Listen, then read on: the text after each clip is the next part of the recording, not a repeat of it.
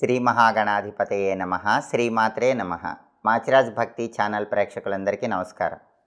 ఈనాటి దినఫలం కార్యక్రమంలో ముందుగా నేటి పంచాంగ వివరాలు పరిశీలిద్దాం.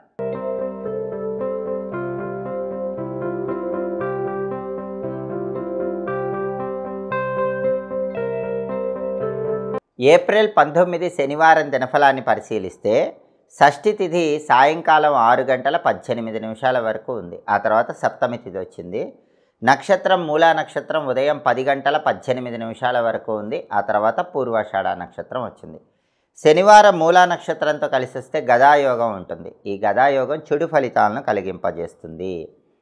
కాబట్టి ఎవరైనా సరే 12 రాసుల వాళ్ళు ఉదయం 10 గంటల 18 నిమిషాల్లోపు పని మీద బయటికి వెళ్ళినా, ప్రయాణాలు చేసినా గదాయోగం వల్ల చెడు ఫలితాలు రాకుండా ఉండాలంటే ఒక అల్లం ముక్క తీసుకొని దాన్ని ఆవు నెయ్యిలో ముంచి నోట్లో వేసుకొని వెళ్ళండి. అప్పుడు గదాయోగం ఉన్నప్పటికీ చెడు ఫలితాలు రావు. ప్రయాణాల్లో, పనుల్లో లాభం చేకూరుతుంది, కార్యసిద్ధి లభిస్తుంది. ఉదయం 10 గంటల 18 నిమిషాల తర్వాత పూర్వాషాఢ నక్షత్రం వచ్చింది. శనివారం పూర్వాషాఢ నక్షత్రంతో కలిస్తే మాతంగ యోగం ఉంటుంది. ఇది వాహన లాభాన్ని కలిగింపజేస్తుంది. అంటే ఉదయం 10 గంటల 18 నిమిషాల తర్వాత ప్రయాణాలు చేస్తే బ్రహ్మాండమైన లాభం ఉంది. పని మీద బయటికి వెళ్తే విశేషమైన లాభం ఉంది. బండిలో కానీ కారులో కానీ ప్రయాణం చేసి వెళితే ఇంకా మంచిది. ఇంకా ఎక్కువ లాభాలు పొందడానికి ఉదయం 10 గంటల 18 నిమిషాల తర్వాత ఈ మాతంగ యోగం విశేషంగా సహకరిస్తుంది.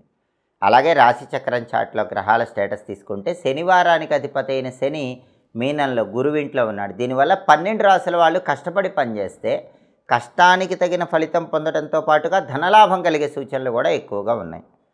అలాగే మూలా నక్షత్రానికి అధిపతి అయిన కేతువు కన్యలో ఉన్నాడు కాబట్టి 12 రాసుల వాళ్ళకి కొద్దిగా ఆకస్మిక సమస్యలు వస్తాయి. అయినప్పటికీ అంతిమంగా వాటిని పరిష్కరించుకోగలుగుతారు. పూర్వాషాఢ నక్షత్రానికి అధిపతి అయిన శుక్రుడు మీనంలో, గురువింట్లో, శత్రువింట్లో ఉన్నాడు. కాబట్టి భార్యాభర్తలు మాట్లాడుకునేటప్పుడు జాగ్రత్తగా మాట్లాడుకోవాలి. లేకపోతే దంపతుల మధ్య గొడవలు వచ్చే అవకాశాలు ఉన్నాయి. సినిమా, టీవీ రంగాల్లో, సంగీత, నాట్య రంగాల్లో కొత్త ఆఫర్స్ కోసం ప్రయత్నం చేసుకునే వాళ్ళకి ఆఫర్స్ రావటం అనేది కొంచెం ఆలస్యం అవుతూ ఉంటుంది. అలాగే నక్షత్ర బలాన్ని బట్టి కొన్ని ముఖ్యమైన పనులు చేసుకోవచ్చు. ప్రధానంగా మూలా నక్షత్రం ఉదయం 10 గంటల 18 నిమిషాల వరకు ఉంది.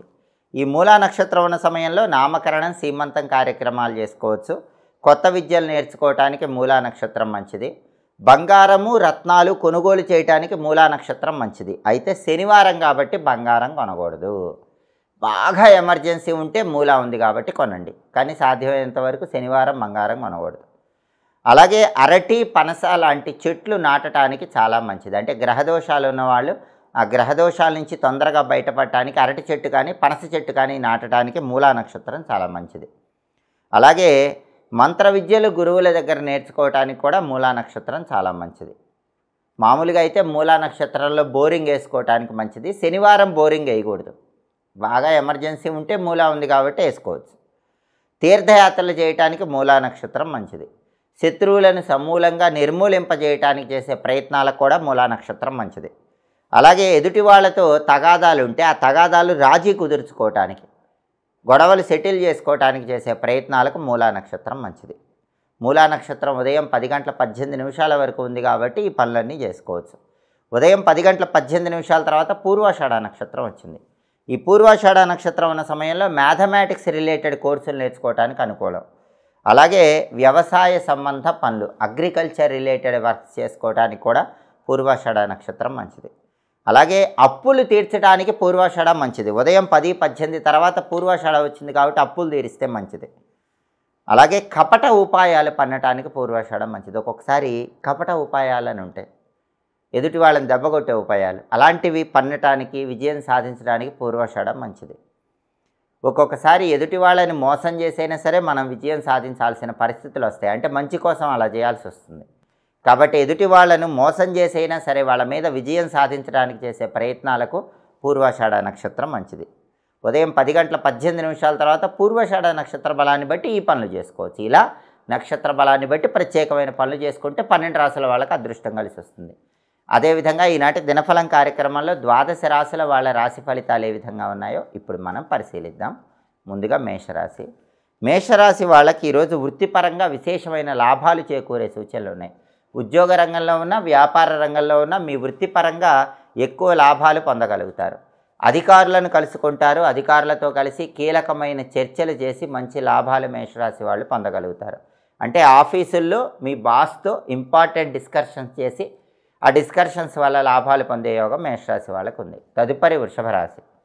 వృషభ రాశి వాళ్ళకి ఈరోజు ద్రవ్యహాని కనిపిస్తుంది. కాబట్టి ధనాన్ని ఖర్చు పెట్టేటప్పుడు వృషభ రాశి వాళ్ళు జాగ్రత్తగా ఆలోచించి ధనాన్ని ఖర్చు చేసుకోవాలి. అలాగే గురుభక్తి ఉంటుంది. గురుభక్తితో గురువులను సేవించుకుంటారు. దానివల్ల సకల కార్యాలలో విజయాలు అందిపుచ్చుకోవడానికి వృషభ రాశి వాళ్ళకి అవకాశం ఎక్కువగా ఉంది. తదుపరి మిథున రాశి. మిథున రాశి వాళ్ళకి ఈరోజు కార్యహాని ఏర్పడుతుంది. అనుకున్న పనులు అవ్వటం ఆలస్యం అవుతుంది. దానివల్ల మానసికంగా చింత బాధ ఉంటాయి. వాటిని అధిగమించాలి. మళ్ళీ ప్రయత్నం చేస్తే విజయం వరిస్తుంది. అలాగే ధనలాభం కూడా ఉంది. పనులు ఆలస్యమైనా కూడా అనేక మార్గాల్లో డబ్బులు సంపాదించడానికి చేసే ప్రయత్నాలు మాత్రం మంచి లాభాలనే మిథున రాశి వాళ్ళకి ఇస్తాయి. ధనలాభం మాత్రం ఈరోజు మిథున రాశి వాళ్ళకి కనిపిస్తుంది. తదుపరి కర్కాటక రాశి. కర్కాటక రాశి వాళ్ళకి ఈరోజు ఆపదలు వస్తూ ఉంటాయి. ఆందోళనలు కలుగుతూ ఉంటాయి. అటువంటప్పుడు మీ తెలివితేటలతో మీ సమయస్ఫూర్తితో ఆ ఆపదలు ఆందోళనల నుంచి బయటపడే ప్రయత్నం చేయాలి. అలాగే ధనలాభం మాత్రం బ్రహ్మాండంగా ఉంటుంది. అనేక మార్గాల్లో ధనం సంపాదించడానికి చేసే ప్రయత్నాలు కర్కాటక రాశి వాళ్ళకి చక్కగా అనుకూలిస్తాయి. తదుపరి సింహరాశి. సింహరాశి వాళ్ళకి ఈరోజు మనసుకి కొన్ని సంకటములు కలుగుతాయి. ఈ పని చేయాలా ఆ పని చేయాలా అనే అనుమానాలు ఉంటాయి. అనుమానాలు పక్కన పెట్టి స్థిరమైన నిర్ణయం తీసుకుంటే ఖచ్చితంగా ఆ నిర్ణయం మీకు అనుకూల ఫలితాలే ఇస్తుంది. అలాగే వృత్తిపరంగా విశేషమైన ధనలాభం కలిగే సూచనలు కూడా ఉన్నాయి. సింహరాశి వాళ్ళు ఉద్యోగ రంగంలో ఉన్న వ్యాపార రంగంలో ఉన్న ధనపరంగా మంచి ప్రయోజనాలు అందిపుచ్చుకోవడానికి అవకాశాలు ఎక్కువగా ఉన్నాయి. తదుపరి కన్యారాశి. కన్యారాశి వాళ్ళకి ఈరోజు ప్రధానంగా శారీరక బాధ ఏర్పడే సూచనలు ఉన్నాయి. కాబట్టి ఆరోగ్యం పట్ల శ్రద్ధ వహించాలి. శారీరకంగా ఎక్కడ ఏ బాధ లేకుండా జాగ్రత్త పడాలి. ఒకవేళ శారీరక బాధలు వస్తే వెంటనే వైద్యుడిని కలుసుకోవటం చాలా అవసరం. అలాగే ఉద్యోగపరంగా మంచి పురోభివృద్ధి ఏర్పడుతుంది. ఏ రంగంలో ఉన్నా ఉద్యోగపరంగా లేదా వ్యాపారపరంగా వృత్తిలో అత్యున్నత స్థాయికి ఎదగటానికి చేసే ప్రయత్నాలు అనుకూలిస్తాయి. అలాగే రుణ బాధలు మాత్రం కొంచెం వెంటాడుతూ ఉంటాయి. వాటి నుంచి బయటపడే ప్రయత్నం చేయటం మంచిది. తదుపరి తులారాశి. తులారాశి వాళ్ళకి ఈరోజు ప్రధానంగా సామాన్య ధనలాభం కనిపిస్తుంది. అంటే ఉద్యోగంలో కానీ వ్యాపారంలో కానీ అద్భుతమైన ధనలాభం లేదు. అలాగని ధన నష్టం కూడా లేదు. సామాన్యంగా ఎంత అవసరమో అంత ధనలాభం కలిగే సూచనలు తులారాశి వాళ్ళకి కనిపిస్తున్నాయి. తదుపరి వృశ్చిక రాశి. వృశ్చిక రాశి వాళ్ళకి ఈరోజు శత్రువుల వల్ల నష్టాలు కలిగే సూచనలు ఉన్నాయి. అంటే మీ వెనక గోతులు తీసేవాళ్ళు, మీకు వెన్నుపోటు పొడిచేవాళ్ళు, అలాంటి వాళ్ళ వల్ల ఏదో ఒక ఇబ్బందులు కలిగే సూచనలు ఉన్నాయి.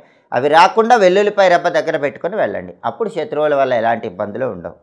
అలాగే దూర ప్రాంతాలకు ప్రయాణాలు చేయగలుగుతారు. ఆ ప్రయాణాల వల్ల మంచి ప్రయోజనాలు ధనలాభాలు పొందే సూచనలు కూడా వృశ్చిక రాశి వాళ్ళకు ఉన్నాయి. తదుపరి ధనుసు రాశి. ధనుసు రాశి వాళ్ళకి ఈరోజు ద్రవ్యహాని ఉంది. అంటే డబ్బు ఎక్కువ ఖర్చు అవుతుంది. కాబట్టి డబ్బులు ఖర్చు పెట్టుకునేటప్పుడు కొంచెం జాగ్రత్తగా ఉండాలి. అలాగే గురువుల ఆశీర్వాద బలం ఉంటుంది. గురువుల ఆశీర్వాద బలం వల్ల ధనుసు రాశి వాళ్ళు సకల కార్యాలలో విజయాలు అందిపుచ్చుకోగలుగుతారు. తదుపరి మకర రాశి. మకర రాశి వాళ్ళకి ఈరోజు ధనప్రాప్తి యోగం బ్రహ్మాండంగా ఉంది. అనేక మార్గాల్లో ధనం సంపాదించడానికి చేసే ప్రయత్నాలు మకర రాశి వాళ్ళకి చక్కగా అనుకూలిస్తాయి. అలాగే వ్యాపార పరంగా కూడా కొత్త అప్పుల కోసం ప్రయత్నిస్తే అప్పులు లభిస్తాయి.